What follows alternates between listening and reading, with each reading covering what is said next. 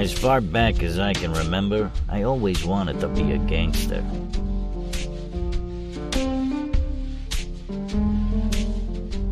Welcome to the Gangs of Hollywood podcast.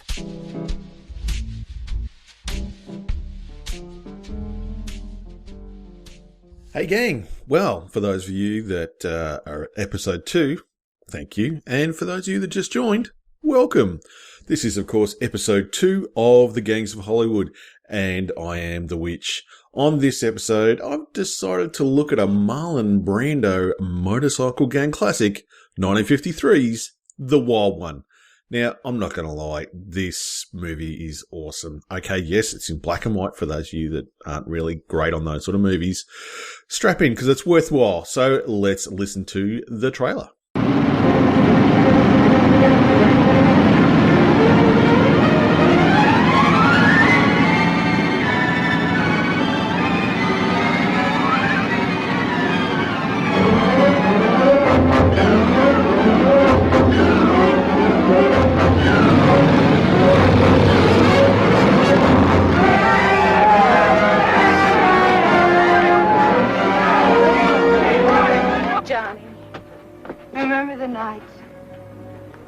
First time I went out scrambling with the rebels. Remember? What do you want me to do? Send you some flowers?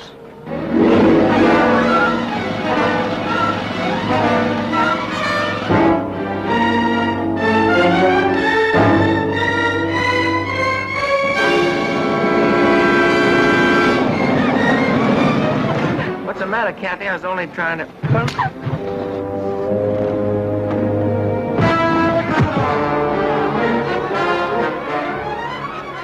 This town on the road. Come on. Get to work on these boys. Anybody bring a gun for me? Yeah, here's one. Phone's dead. You better send somebody for the militia.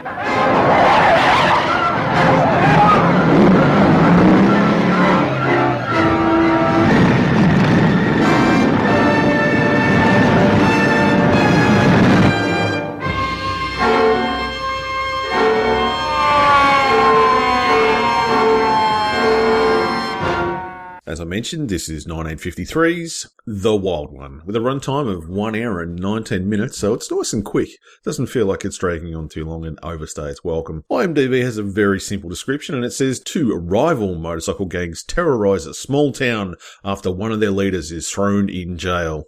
That's pretty basic and not really what the movie's about in total, but nonetheless. IMDb rating is 6.8 out of 10, and it actually has no rating in terms of RM or anything else, given that it was made in 1953.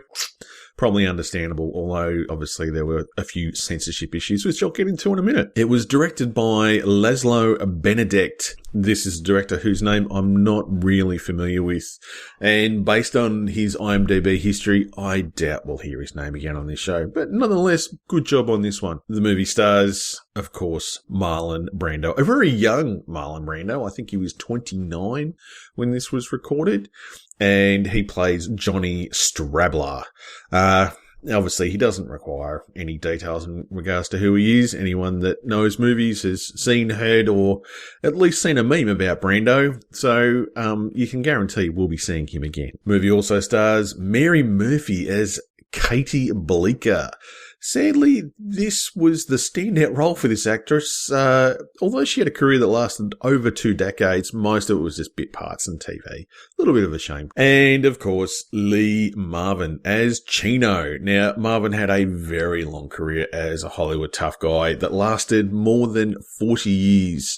And despite the fact that he plays a teen rebel in this movie, he would go on to do some absolutely fantastic stuff, and there's a guarantee that we will be seeing him again. As I mentioned, this was made in 1953, and probably the key element for this is the standout performance by Brando as Strabler.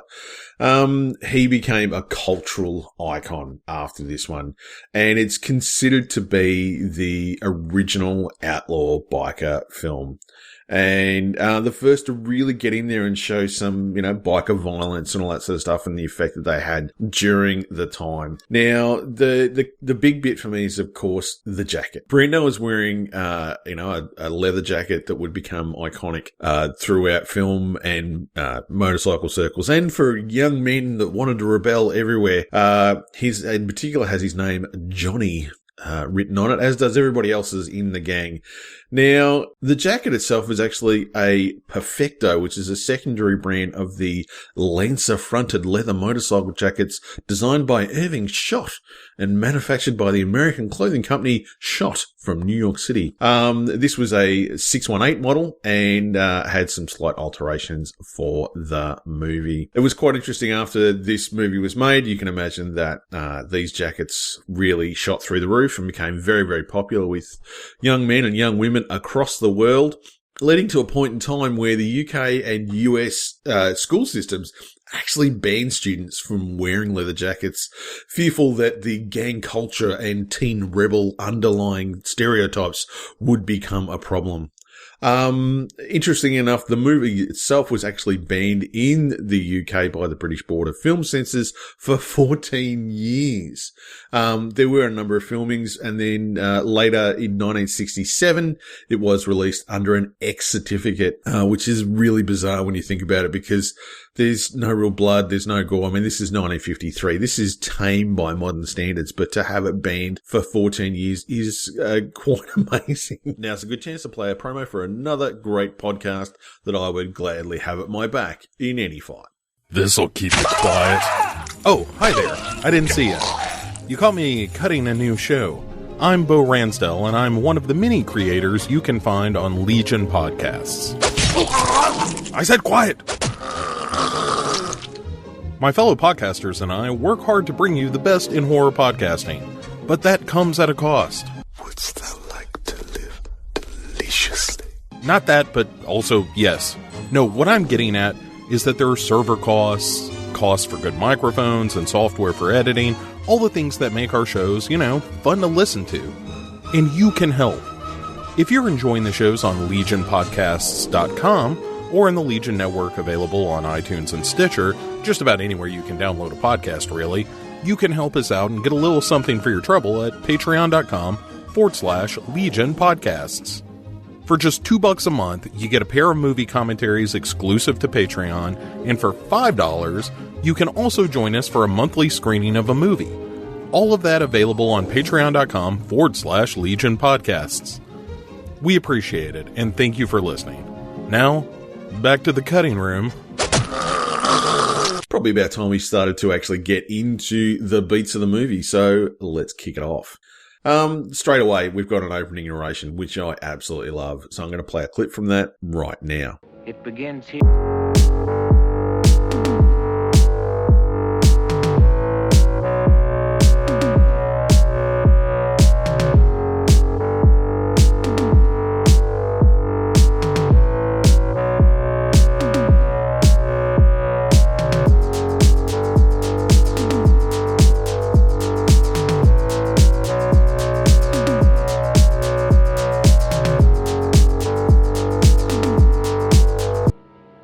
That's later anyway.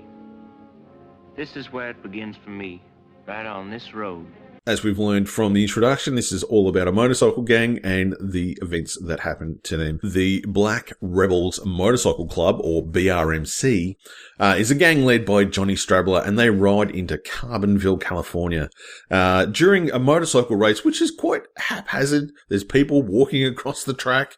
There's no barriers. It's all very safety last, motorcycles first, which is kind of cool.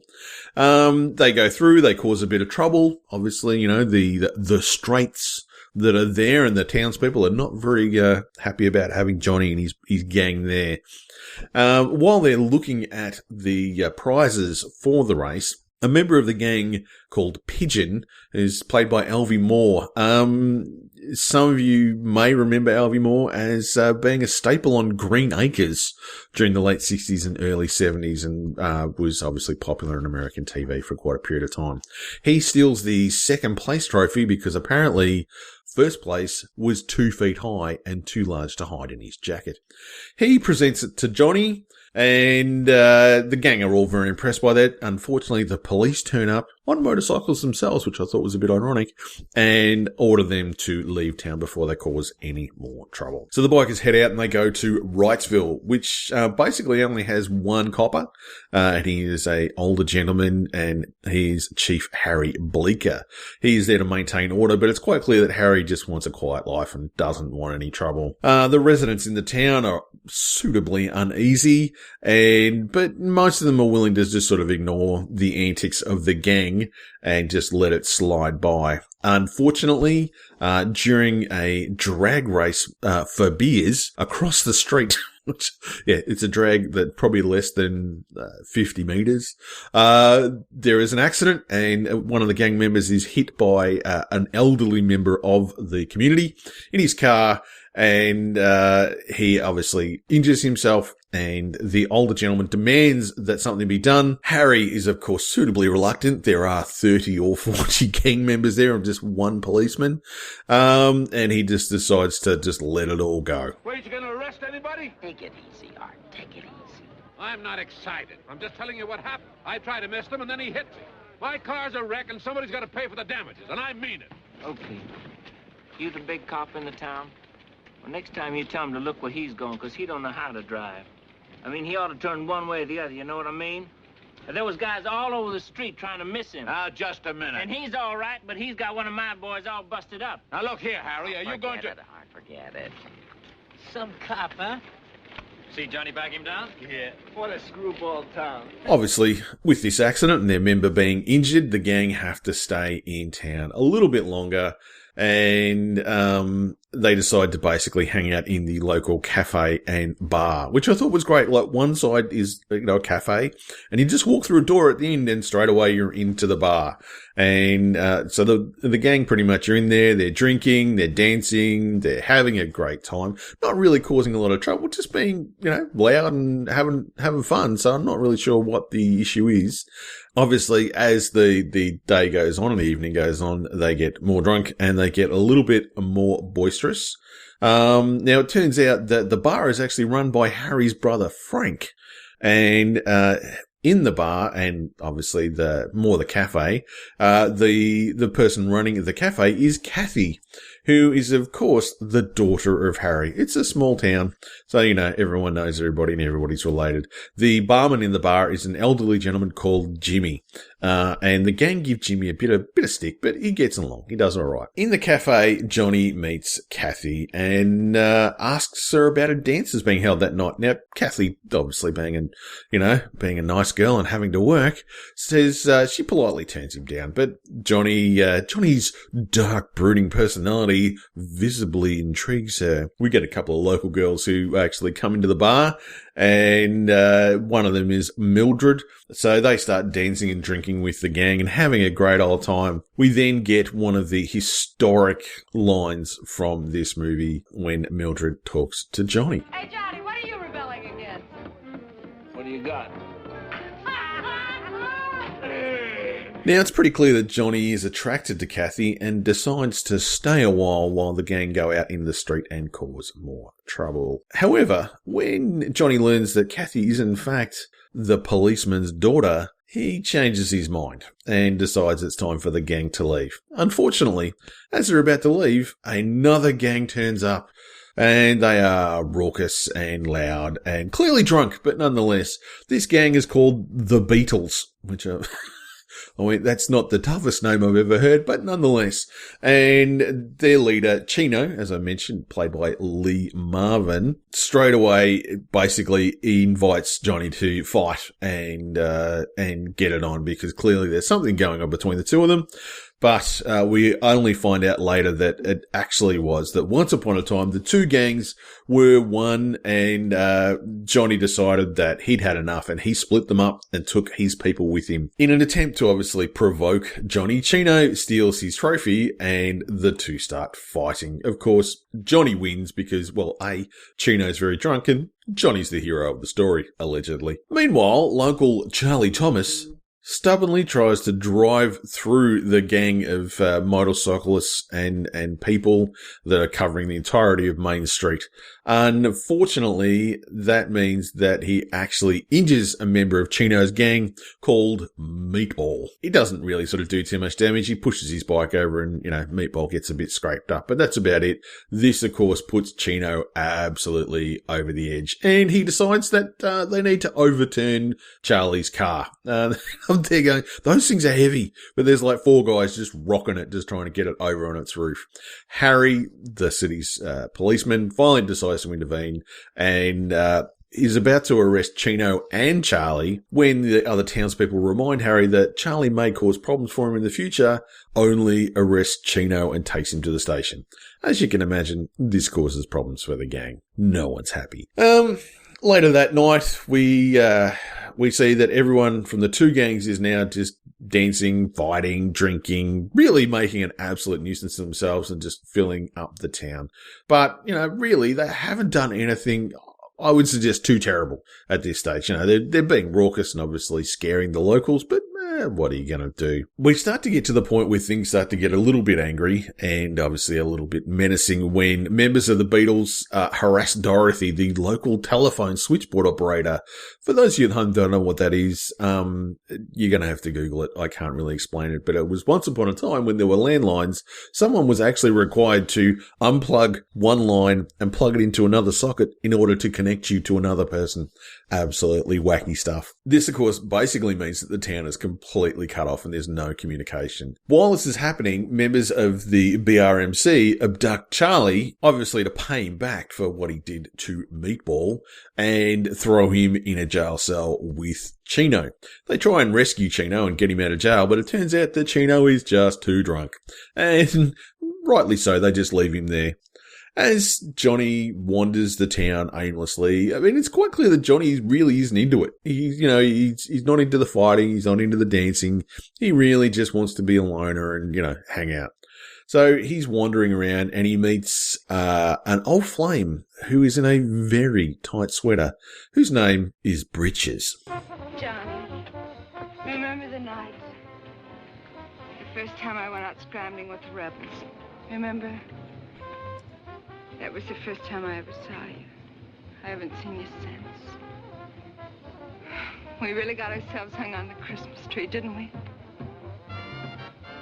Boy, was I green. Was I really green? I thought I was really living it. I had me a guy and we were really gonna go. But we had a lot of yaks anyway, didn't we, Johnny? Well, say it. Can't you say something? Johnny, I won't get on your back. I wouldn't do that. But we had a lot of yaks anyway, didn't we? What do you want me to do, send you some flowers? We see more scenes of the gang wrecking the town and intimidating the local inhabitants. Some of the local bikers, led by a Gringo, chase Kathy into an alleyway and intimidate her by riding around her and jumping at her. Johnny sees her, rescues her, and they ride off into the countryside, Kathy suitably clinging to Johnny's back. Frightened at first, Kathy comes to see that Johnny is genuinely attracted to her and means her no harm. When she opens up to him and asks to go with him, sadly, he rejects her. I've never ridden on a motorcycle before. It's fast. It scared me, but I forgot everything. Felt good. Is that what you do? I'm gonna leave. That's what you want me to do, isn't it? The crying Kathy runs away. Johnny drives off to search for her, and we cut to seeing the elderly gentleman from early in the movie, Art, seeing this play out and obviously misinterprets it as an attack. The town people have had enough, and Johnny's supposed assault on Kathy is the last straw. Vigilantes led by Charlie chase and catch Johnny and beat him mercilessly. Fortunately for Johnny, he escapes on his motorcycle and Harry confronts the mob. The mob give chase. As Johnny is riding up the street trying to get away, he's hit by a tire iron and falls. His riderless bike strikes and kills Jimmy, the old barman. It's very, very sad. We then cut to Sheriff Stu Stinger arriving with his deputies to restore order. Harry, how did all this get started anyway? Sheriff, we had this man. We had this whole thing stopped when he stuck his nose in. There's a little more to it than that. All right. We'll find out what happened. Round up everybody on a motorcycle. Pick up all the witnesses you can find. Old man is dead. Dishwasher down the street. That makes it a manslaughter charge, doesn't it, Sheriff? We'll see. Let's pick up everything and sort it out inside. Now, Johnny is initially arrested for Jimmy's death, with Kathy pleading on his behalf. Tears saying, Johnny didn't do it and I love him. Seeing this, Art and Frank, who actually saw what happened with the tire iron and Johnny falling off, finally step forward to testify that Johnny is not responsible for the tragedy. Johnny, in his usual fashion, is unwilling and potentially unable to actually thank them for it, though. I don't get you. I don't get your act at all, and I don't think you do either. I don't think you know what you're trying to do or how to go about it. I think you're stupid, real stupid, and real lucky. Last night you scraped by, just barely. But a man's dead on account of something you let get started even though you didn't start it. I don't know if there's any good in you. I don't know if there's anything in you. But I'm going to take a big fat chance and let you go. There'll be a hearing on this tire iron business. You'll get a summons, and you'd better show up. Put him on the road. Eventually, the motorcycles are ordered to leave the county and pay for all the damages that they've had. They're all issued with summonses, which you can guarantee none of them will actually turn up to. As we see the gang ride out of town, we think the movie's over, but no. We hear the sound of a motorcycle and Johnny returns alone to Wrightsville as he revisits the cafe with Kathy and Harry sitting quietly trying to have a cup of coffee. He confronts them. Now, Johnny is obviously suitably humiliated and acts as if he's actually just turning up just to get a cup of coffee. Just as he's about to walk out the door, he returns, genuinely smiles, and gives Kathy his stolen trophy as a gift.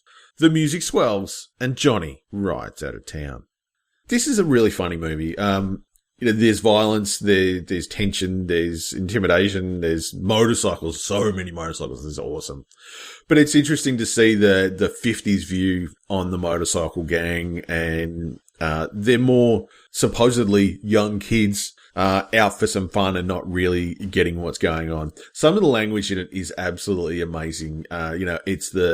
It's the old folks not getting what the kids are saying. Favorite scene from this movie actually has to be the scene outside the hairdressers late in the movie where they begin to absolutely just wreck the joint. Like they're pulling hair dryers off the wall and sticking it on their heads. And it's interesting because the two hairdressers that are there, were hanging out with the gang, having a great old time. And all of a sudden they realize just how much trouble they're in.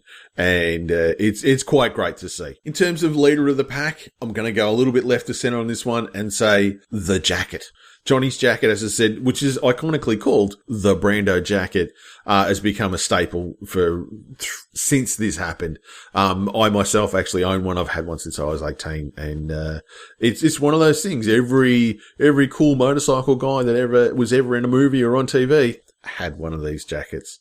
Personal rating, this is a 5 out of 5. I could watch this any day of the week. It is absolutely awesome. Coming up on our next episode in 2 weeks' time, I'll be joined by our very first guest to discuss our first 80s horror entry, 1982's The Class of 1984. Remember, be a good fella and leave a rating or review on whichever app you're using to listen to the show, and make sure you share it with the rest of your gang on Twitter, Facebook, Instagram as GOH Pod, and at www.gohpod.com. Most of all, make sure you say hello to your little friend for me. What do you want me to do? Send you some flowers?